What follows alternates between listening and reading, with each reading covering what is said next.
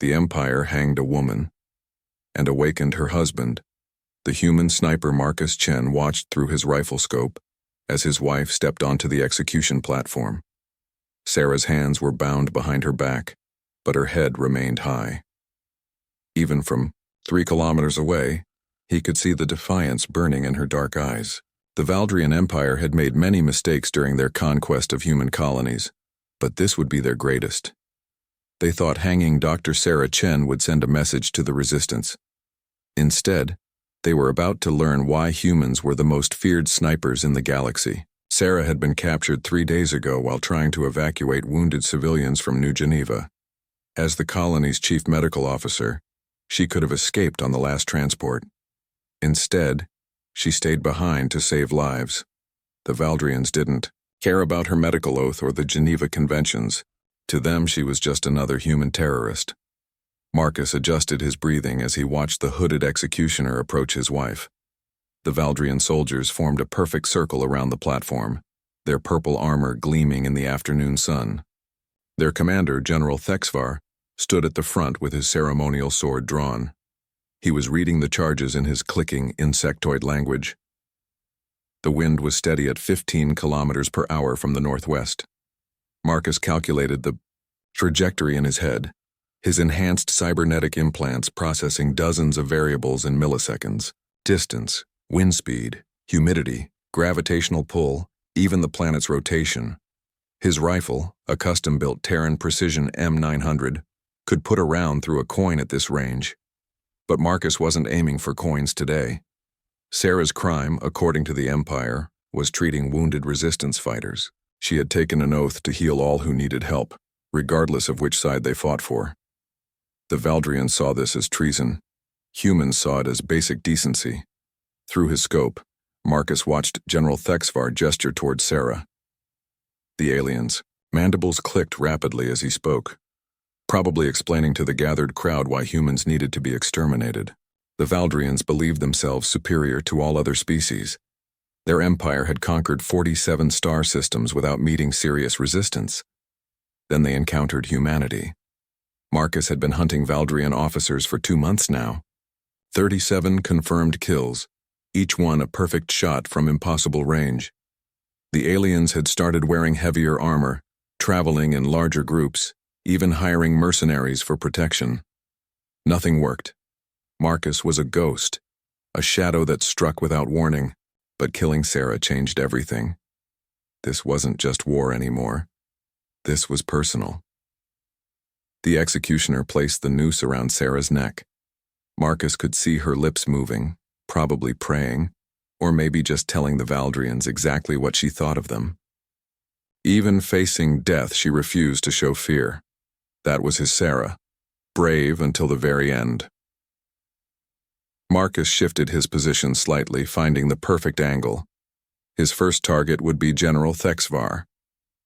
The alien commander had personally ordered Sarah's execution, posting videos of her capture across the colony's communication networks. He wanted the humans to see their healer die. The general raised his sword, signaling the executioner to proceed. Marcus held his breath and began his trigger squeeze. Time seemed to slow as his finger applied steady pressure. The rifle's computer calculated wind drift, accounting for every variable that could affect the shot, but something made Marcus pause. Through his scope, he saw Sarah turn her head slightly, looking directly at his position. She couldn't possibly see him from that distance, hidden in the ruins of the old observatory. Yet somehow, she knew he was there. Sarah mouthed 3 words: "Make them pay." The executioner pulled the lever. Marcus squeezed the trigger. The hypervelocity round traveled 3 kilometers in 1.2 seconds. It struck General Thexvar in the center of his chest, punching through his ceremonial armor like paper. The alien commander exploded in a spray of purple blood and chitin fragments. Chaos erupted on the platform. Valdrian soldiers scattered, trying to identify the shooter's position. Their thermal scopes swept the horizon, finding nothing. Marcus was already moving, his ghillie suit making him invisible against the rubble. He fired again, and the executioner's head simply disappeared. A third shot took down the platform support beam, sending several soldiers tumbling to the ground. But Marcus wasn't trying to save Sarah anymore. That chance had passed. Now he was sending a different message entirely. The Valdrians had rules of war. They executed prisoners cleanly, usually with a single shot to the head. They didn't torture unless extracting information. They even allowed last words and religious ceremonies.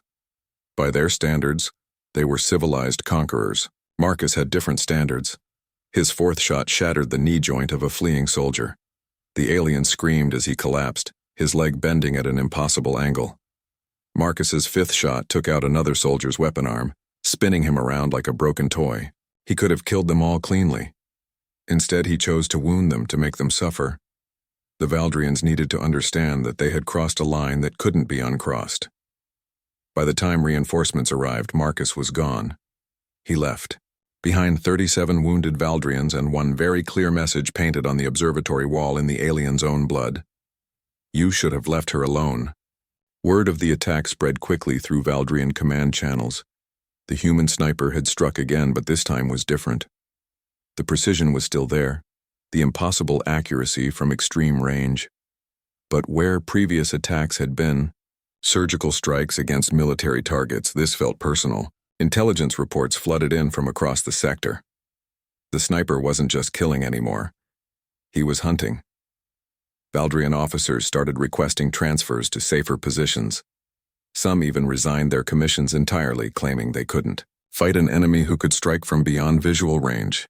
Admiral Kethmore, commander of the Valdrian Third Fleet, reviewed the reports with growing unease. In 40 years of military service, he had never encountered anything like this human. The sniper's psychological profile suggested a highly trained, special forces operative, possibly enhanced with military-grade cybernetics. But the attack on the execution platform revealed something else entirely. This human was no longer fighting for military objectives. He was fighting for revenge. The Admiral opened a secure channel to the Empire's high command. If they wanted to hold this sector, they would need to deal with the sniper threat immediately. But as he dictated his report, a single thought kept echoing in his mind. They should have left the woman alone. The hunt begins.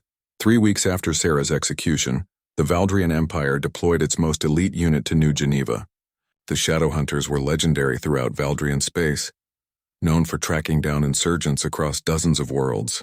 They had never failed to eliminate their target.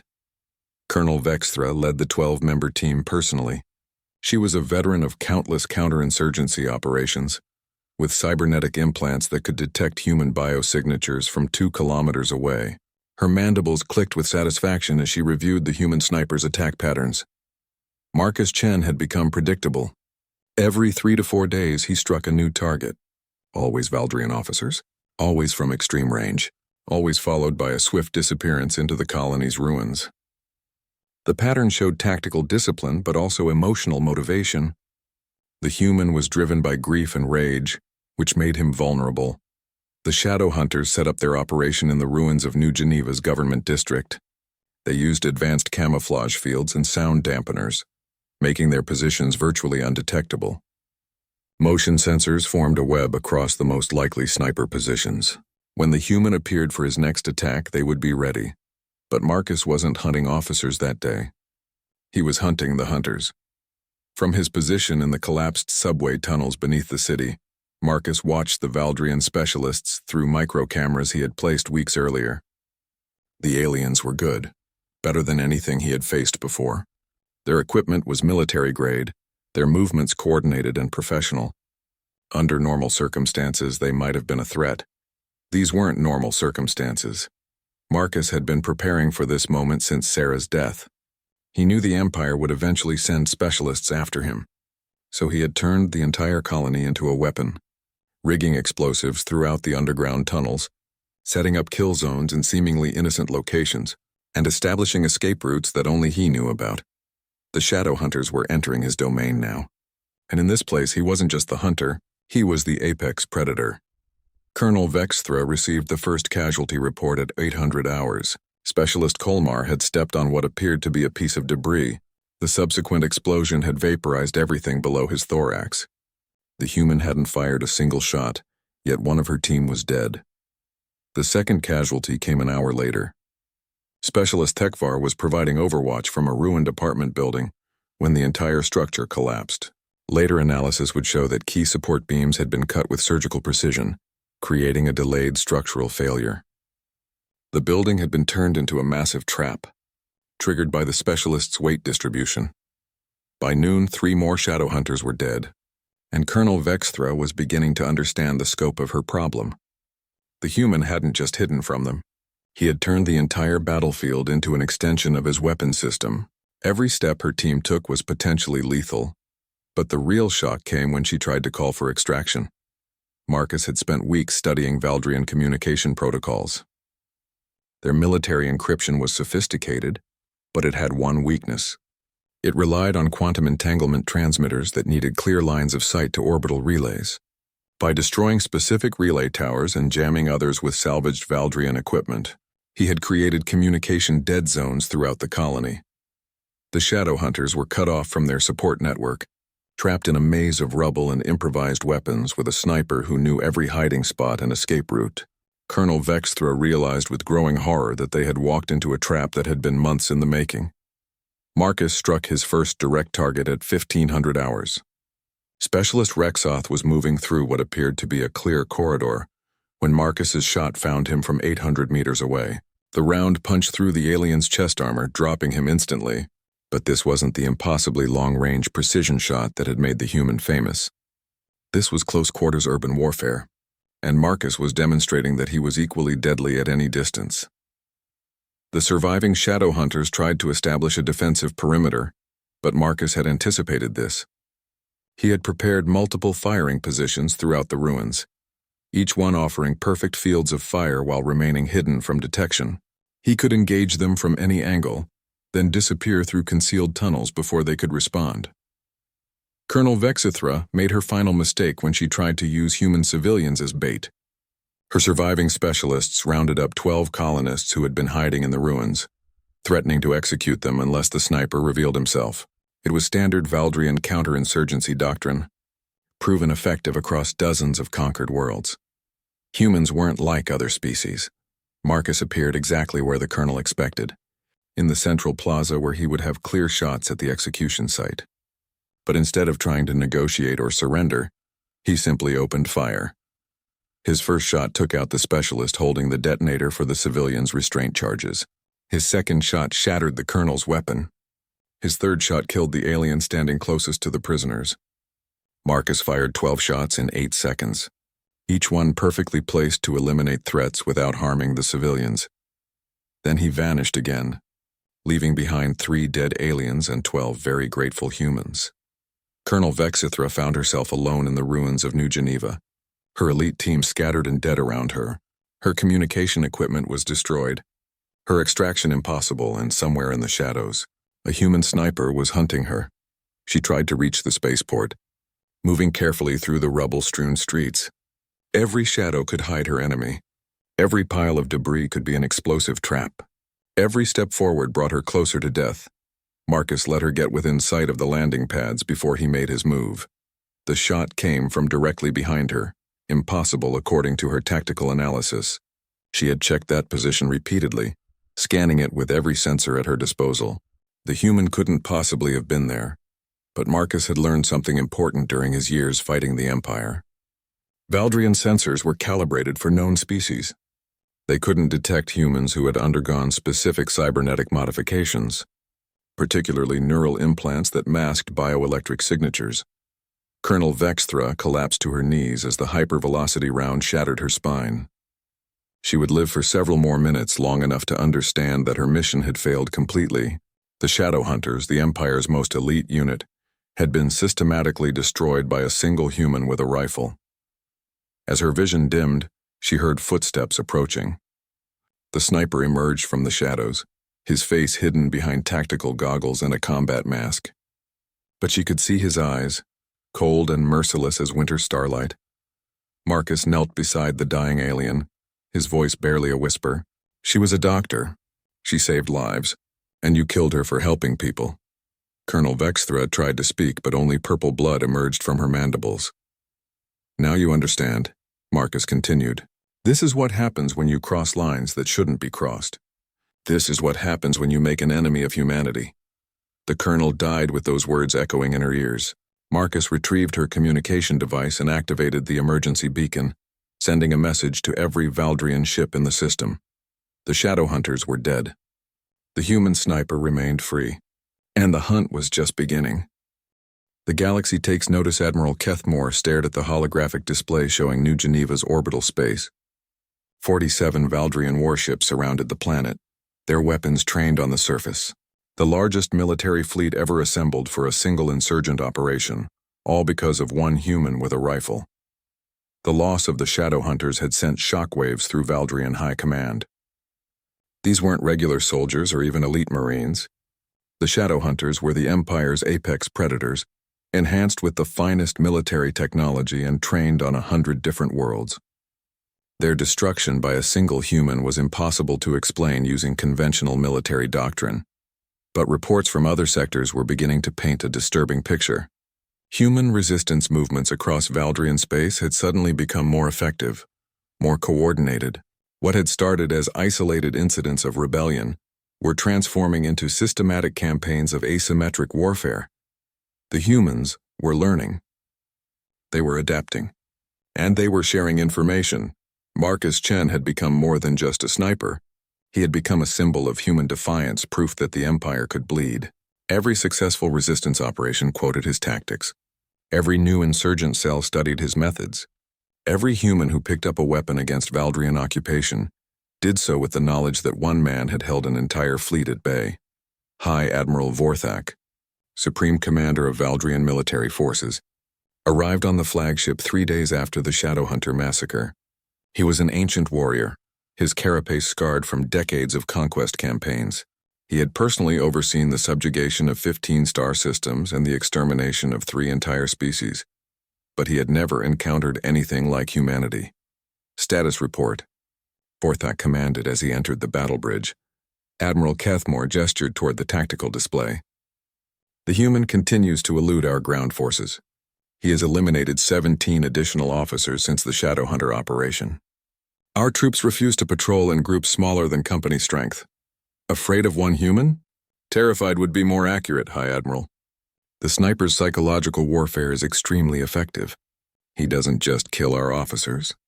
He makes them suffer first. Last week, he crippled Major Sekthar with a shot to the spine, then left him paralyzed in the middle of a minefield.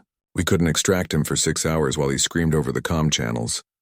Vorthak's mandibles clicked with irritation. Double the patrols. Triple the sensor coverage. This human is not supernatural. He can be found and eliminated. With respect, High Admiral, every attempt to locate him has failed. Our best estimate puts him somewhere in the underground tunnel network beneath New Geneva. That area spans roughly 800 square kilometers and extends down 15 levels. He could have stockpiled supplies for months. Then we seal the tunnels, flood them with nerve gas, collapse them entirely if necessary. Admiral Kethmore hesitated. Sir, there are approximately 50,000 human civilians still in those tunnels. The Empire's rules of engagement prohibit. The rules of engagement have changed, Vorthak interrupted. This human has made himself a strategic threat to Imperial authority. Extreme measures are now authorized. But before the High Admiral could implement his plan, everything changed again.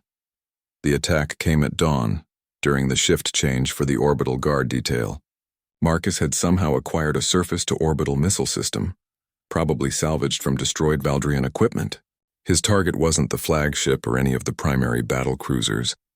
Instead, he aimed for the logistics vessel supplying the fleet with fresh water and food. The missile strike wasn't intended to destroy the supply ship. It was intended to contaminate it. Marcus had loaded the warhead with a cocktail of human-engineered bacteria that would make Valdrian food supplies inedible while leaving human food completely safe. Within hours, every Valdrian ship in orbit was experiencing supply shortages. The fleet that had come to eliminate one sniper was now dependent on emergency rations and recycled water. Worse, the bacterial contamination was spreading through their supply chains, affecting shipments throughout the sector. High Admiral Vorthak realized he was facing an opponent who understood strategic warfare as well as tactical shooting. The human wasn't just trying to survive, he was trying to cripple the entire Imperial presence in this system. How did he acquire orbital-capable missiles? Vorthak demanded. We are investigating, High Admiral, but preliminary reports suggest he may have reverse-engineered our own weapon systems. Human technical capabilities were underestimated in our initial assessment. The High Admiral studied the tactical display with growing respect for his enemy. Every assumption the Empire had made about human capabilities was proving incorrect. They weren't primitive barbarians armed with crude weapons.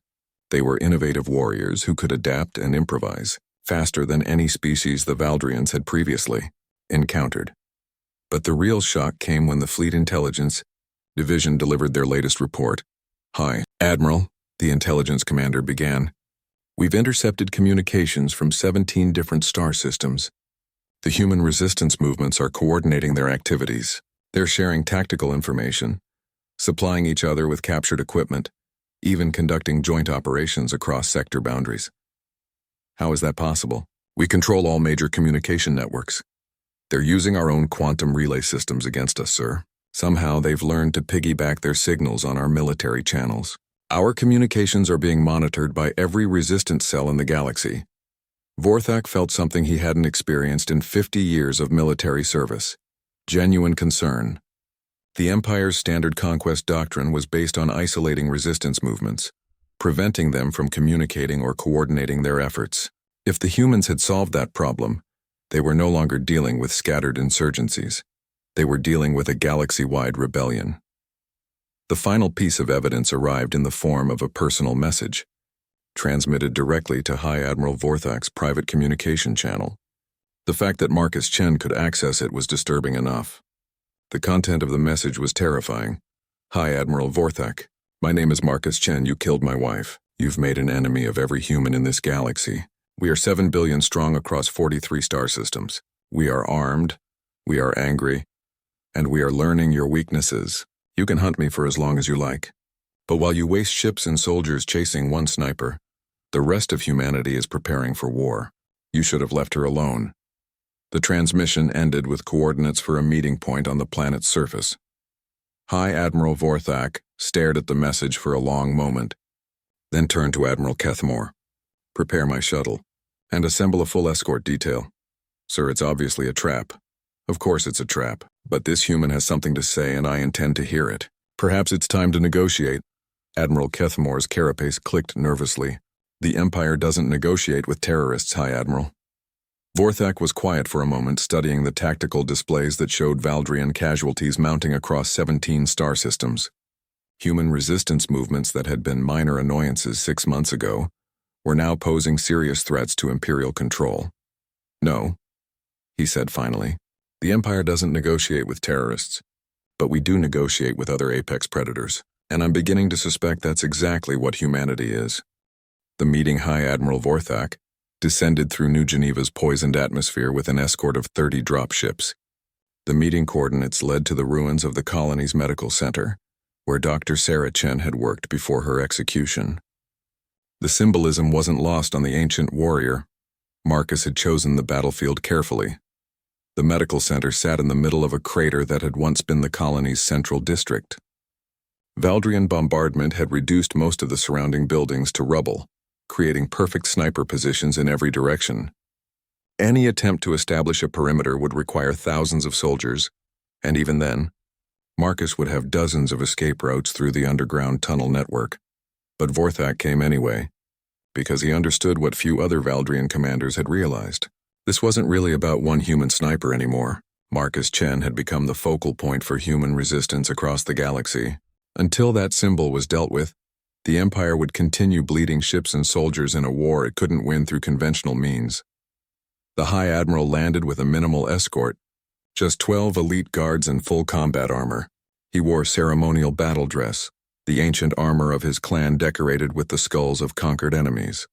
In his right hand he carried the Blade of Dominion, a weapon forged from the heart of a dying star. He was making a statement of his own. Marcus was waiting in what had been the medical center's emergency room. He sat on a piece of rubble where the triage desk had once stood, his rifle across his knees. He had removed his tactical mask, showing his face for the first time since Sarah's execution. The man was younger than Vorthak had expected, perhaps 30 years old by human standards. But his eyes held the cold depth of someone who had seen too much death. "High Admiral, Marcus said, his voice calm and steady. Thank you for coming. Vorthak studied the human carefully. No obvious weapons except the rifle. No visible body armor or enhancement equipment. Yet every tactical instinct the High Admiral possessed was screaming danger warnings. This human radiated lethal intent like heat from a plasma core. You have caused considerable trouble for the Empire, Vorthak said, his translator converting the clicking syllables of Valdrian into human speech. You executed my wife for healing wounded soldiers. You turned her into a symbol of your cruelty. I turned that symbol against you. She was treating enemy combatants. By Imperial law, that made her a legitimate military target. Marcus stood slowly, and Vorthak's guards tensed, but the human made no aggressive moves. Instead, he gestured toward the ruins surrounding them. Your Imperial law, your rules, your definition of who deserves to live and who deserves to die. But you made one mistake, High Admiral. You assumed humans would accept those rules. All conquered species accept Imperial authority eventually. Resistance always fades, and does it? Marcus asked. He activated a small holographic projector, displaying tactical reports from across Valdrian space. 17 star systems, 43 resistance cells, over 3,000 confirmed kills of your officers in the past month alone. Does that look like fading resistance to you? Vorthak studied the data with growing unease. The numbers were worse than his own intelligence reports had indicated. Human resistance wasn't just coordinated now. It was expanding, growing stronger with each successful operation. What do you want? The High Admiral asked. I want to explain something to you, something your Empire doesn't understand about humanity. Marcus walked closer, and Vorthak's guards raised their weapons, but the human ignored them entirely. His attention focused solely on the High Admiral. Your species conquers through superior technology and overwhelming force. Your apex predators in space, dominant through military might. But humans became apex predators on a death world, fighting for survival against creatures that were bigger, stronger, and faster than us. We learned to hunt in packs. We learned to use tools. We learned to outlast our enemies through sheer stubbornness. Marcus stopped just outside striking range of the Blade of Dominion. Most importantly, we learned to turn our enemy's strength against them. You brought superior technology to this system. We're using it against you. You brought military discipline and tactical doctrine. We're adapting faster than you can counter. You brought the assumption that inferior species surrender when faced with overwhelming force. The human smiled, and Vorthak felt his carapace crawl with instinctive fear. That's your biggest mistake. Humans don't surrender. We get angry. And angry humans are very dangerous. You are still only one human facing the might of the Valdrian Empire. Am I? Marcus activated another display, this one showing real-time tactical data. Right now, resistance cells in 43 systems are conducting coordinated operations against your forces. They're using tactics I developed, weapons they reverse-engineered from captured equipment, and intelligence gathered through your own communication networks. I may have started this as one angry human seeking revenge, but it's grown into something much larger. Vorthak examined the displays, his mandibles clicking with nervous energy. The scope of the human operations was staggering. Supply depots sabotaged, communications disrupted, officers assassinated, entire garrison forces pinned down by guerrilla attacks. The Empire was being forced to deploy massive resources just to maintain basic control in formerly secure territories. What are your terms? The High Admiral asked. Complete withdrawal from all human settled systems. Immediate release of all human prisoners. Reparations for the damage caused by your invasion. And a formal apology for the execution of medical personnel. Vorthak's guards hissed with indignation, but the High Admiral raised a claw for silence. The Empire does not negotiate with inferior species. We do not withdraw from conquered territory. And we certainly do not apologize for maintaining order. Then we have nothing more to discuss, Marcus said. He picked up his rifle and checked the action. You can return to your ships and continue hunting me. I'll continue killing your officers and teaching other humans how to resist your occupation. Eventually, you'll either withdraw or commit such massive forces to suppressing human resistance that other species will notice how weak you've become. The threat was delivered with such casual confidence that Vorthak found himself reassessing everything he thought. He knew about human psychology. This wasn't the desperate bravado of a cornered animal. This was the calculated confidence of a predator who knew he held the advantage. You would sacrifice millions of human lives for your pride? I would sacrifice anything necessary to ensure that my wife's death has meaning. Sarah believed in saving lives no matter the cost to herself. I believe in making sure her sacrifice saves more lives than it cost. Every day your empire remains in human space, more people die. Every day you continue this occupation, the resistance grows stronger. Marcus shouldered his rifle and began walking toward the ruins. You have 1 week to consider my terms, High Admiral. After that, I stop targeting officers and start targeting infrastructure. Power plants, water treatment facilities, life support systems on your ships. I'll turn every piece of technology in this system into a weapon aimed at your heart. Vorthak watched the human disappear into the rubble, amazed at the audacity. The creature had just threatened the entire Valdrian fleet while standing within killing distance of 12 elite guards. Either Marcus Chen was insane, or he knew something the High Admiral didn't. As Vorthak's shuttle lifted off from the ruined medical center, long-range sensors detected movement throughout the underground tunnel network. Hundreds of heat signatures, all converging on the meeting site. The human hadn't come alone after all. He had brought an army. High Admiral Vorthak began to understand why 47 warships hadn't been enough to suppress one sniper. They weren't fighting one human. They were fighting an entire species that had decided the Valdrian Empire was no longer welcome in their space. And that was a war the Empire might actually lose. The Empire learns fear. The week passed without an answer from High Admiral Vorthak. Marcus had expected this. The Valdrian Empire had never negotiated with conquered species before, and pride ran deep in their warrior culture. They would rather die than appear weak. So Marcus taught them the difference between strength and stubbornness. The first target was the orbital shipyard supplying the invasion fleet. Marcus had spent months studying Valdrian engineering, learning their systems and identifying critical vulnerabilities. The shipyard's fusion reactor was a masterpiece of alien technology, capable of powering an entire city. It also had a fatal flaw that human engineers had discovered within hours of examining captured schematics. The Valdrians had designed their reactors for efficiency, not security.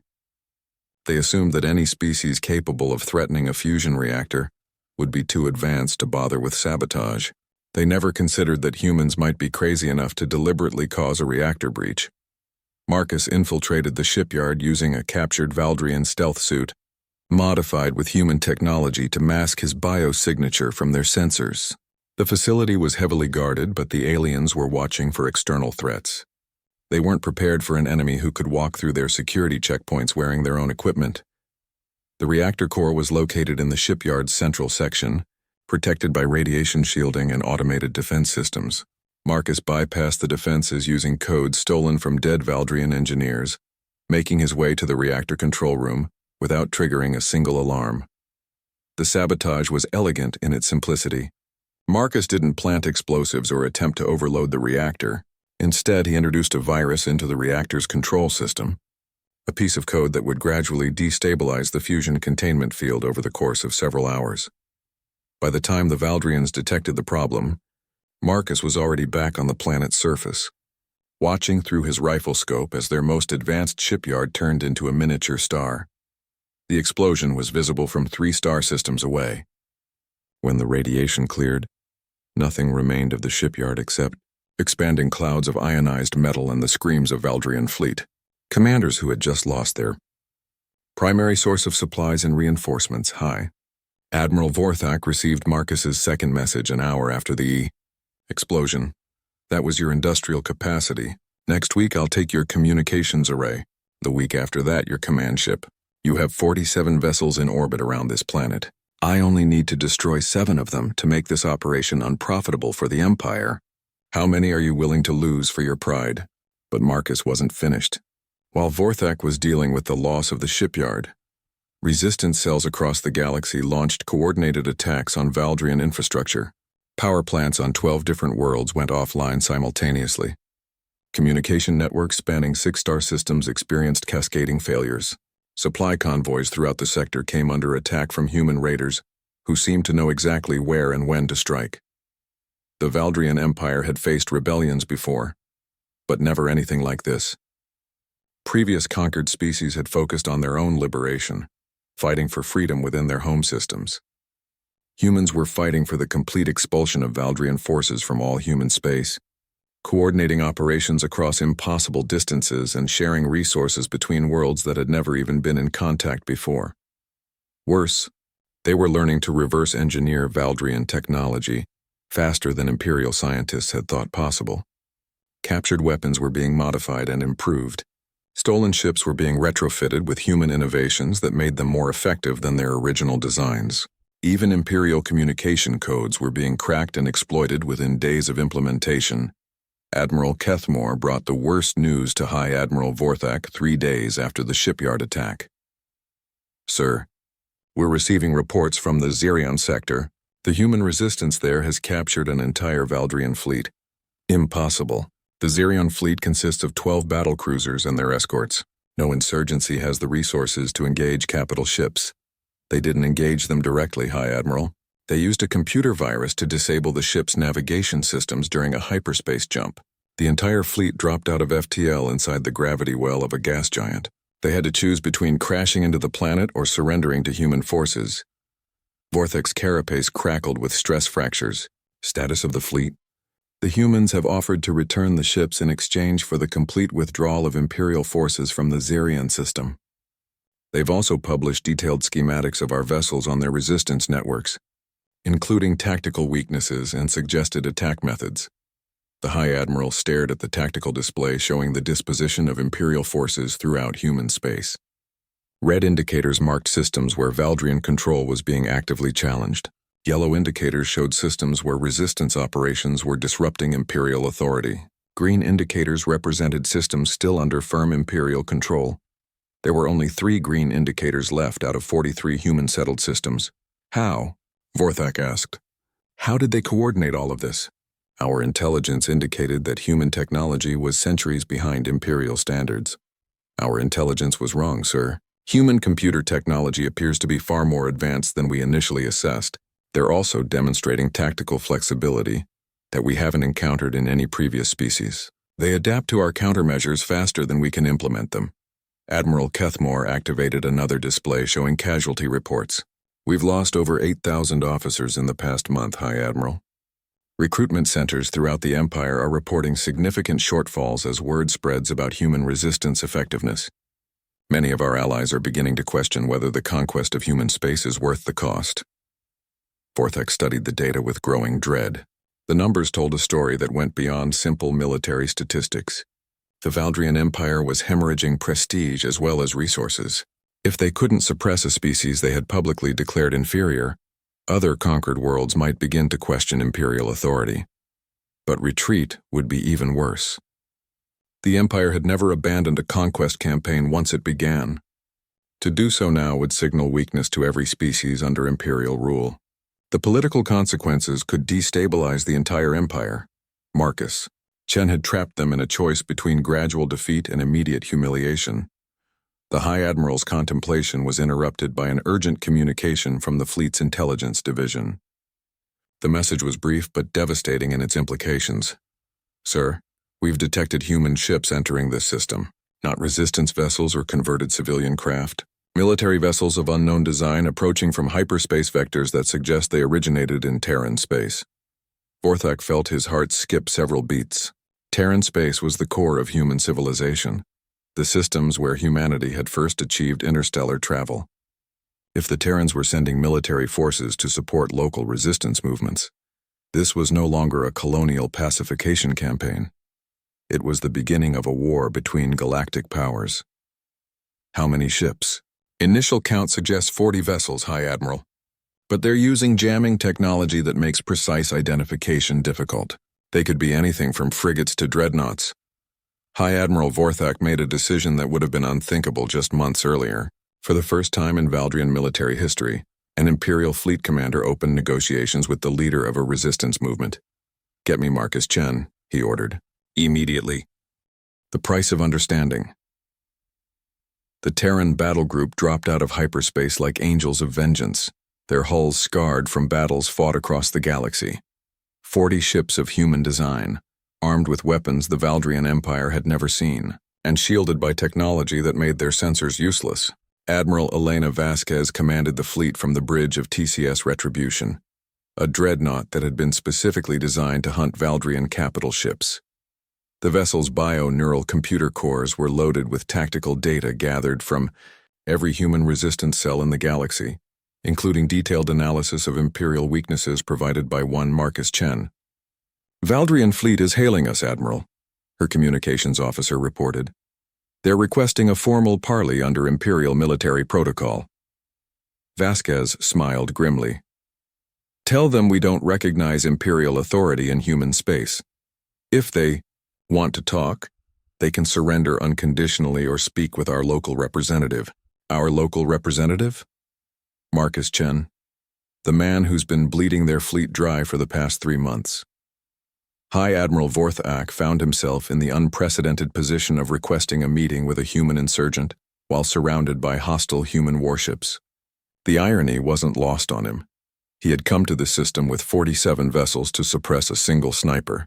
Now that sniper was dictating terms to the entire Valdrian fleet. The meeting took place aboard a neutral transport, a civilian vessel that had been stripped of weapons and filled with diplomatic equipment. Marcus arrived wearing simple civilian clothes, carrying no weapons except a sidearm that he set on the table between them. High Admiral Vorthak came in full ceremonial armor, flanked by his most elite guards. "You've made your point," Vorthak said without preamble.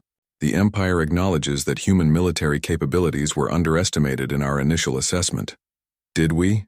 Marcus asked. "Because from where I'm sitting, you still have 47 warships pointing their guns at a planet full of human civilians. That doesn't look like acknowledgement to me. It looks like a threat. The Imperial fleet will withdraw from this system within 72 hours. All human prisoners will be released. Reparations will be negotiated through appropriate diplomatic channels." Marcus leaned back in his chair, studying the ancient alien warrior. "And the apology?" "I am personally sorry for the death of your wife. She was a healer, and healers deserve protection under any civilized code of war. Her execution was an error in judgment." The words hung in the air like a funeral shroud. Marcus felt something deep in his chest finally begin to uncurl, a tension he had carried since watching Sarah die. Not forgiveness, not yet, but perhaps the beginning of closure. "That's a start," Marcus said. "But it's not enough. You don't just owe me an apology. You owe one to every human family you've torn apart, every colony you've occupied, every person who died because your empire thought we were too primitive to matter. The Empire does not apologize to conquered species." "Then you'd better learn how," Admiral Vasquez said as she entered the conference room. The Terran fleet commander moved with the confident stride of someone who had never lost a battle. "Because the alternative is explaining to your emperor why the Valdrian Third Fleet was completely destroyed by a force 1/4 its size." Vorthak's guards tensed, but their weapons were useless in the confined space. Besides, the High Admiral suspected that Admiral Vasquez could kill him with her bare hands if necessary.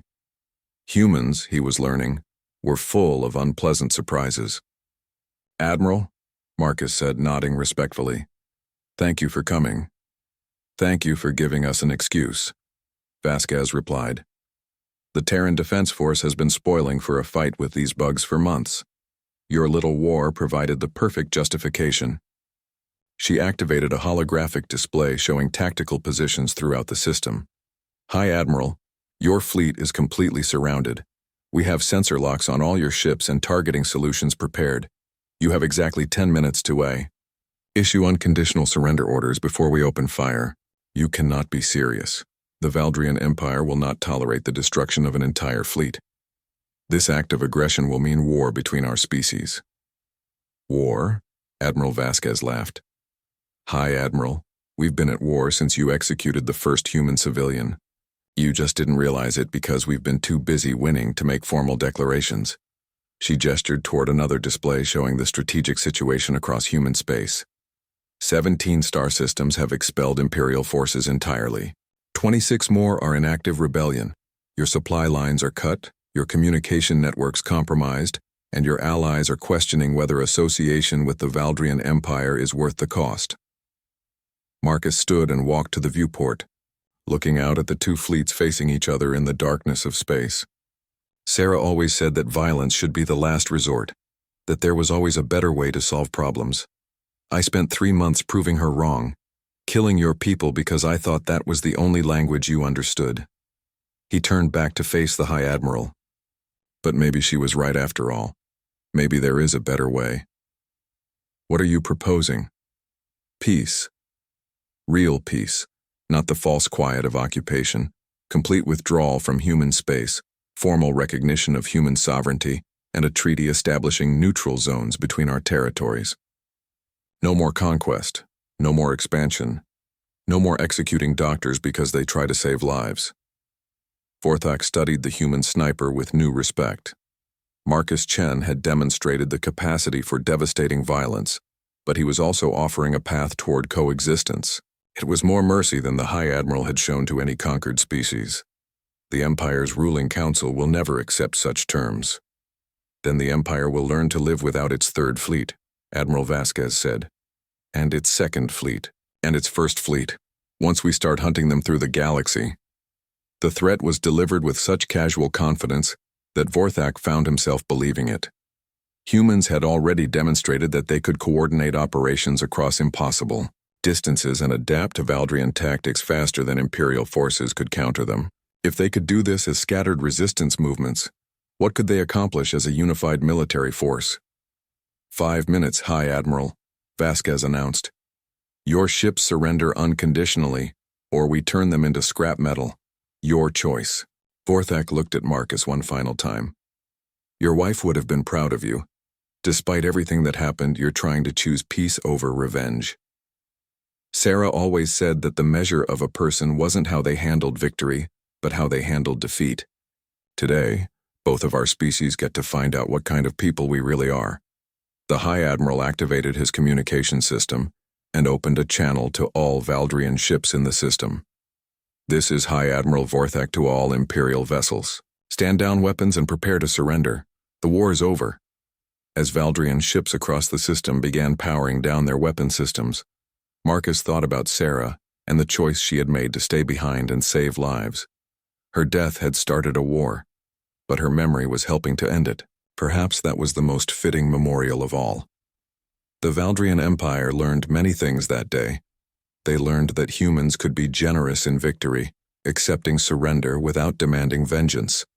They learned that humanity was willing to coexist peacefully with species that respected their sovereignty. They learned that the galaxy was large enough for multiple apex predators. Most importantly, they learned that some lines should never be crossed, some people should never be harmed, and some sleeping dragons should never be awakened. Dr. Sarah Chen had been a healer who saved lives regardless of species or allegiance. Her death had awakened something terrible in her husband and, through him, in all of humanity.